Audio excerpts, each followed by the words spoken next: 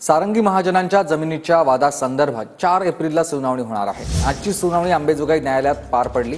धनंजय मुंडे यांच्या माणसांनी 36 गुंठे जमीन हडपल्याचं सारंगी महाजन यांचं म्हणणं आहे। दरम्यान धनंजय मुंडे यांच्या सहकार्याकडून जमीन व्यवहारात फसवणूक केल्याचा सारंगी महाजन यांचा आरोप आहे।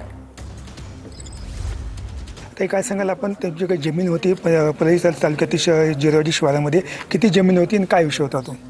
माझी 64.5 आर परळी बीड बायपास नवीन महामार्ग झालेला आहे। त्यामध्ये माझी 26 गुंठे जमीन गेली आणि 36.5 गुंठे जमीन माझी ही ह्या लोकांनी फ्रॉड रजिस्ट्री लावून माझ्याकडनं बळकावलेली आहे। जी लोक आहेत आरोप केला? धनंजय मुंडेचेच माणसं आहेत सगळे। गोविंद मुंडे आहे, मेन मध्यस्थी त्याचीच होती आणि त्याने पंकजाचं आणि धनंजयचं नाव सांगून ती बळकावून घेतली की त्यांना जर कळलं तर हे लोक तुम्हाला जमीन मिळू देणार नाही आणि तुम्हाला मग नंतर ह्याचा खूप त्रास होईल, त्याच्यापेक्षा मी तुम्हाला इथं रजिस्ट्री लावून देतो असं खोटं सांगून आम्ही त्यांच्याशी संवाद साधलो। त्यांचं म्हणणं आहे की आम्ही कुणाची जमीन किंवा बाळगाई नाही आहे, काही नाही, ते आमच्यावर खोटा आरोप करतात।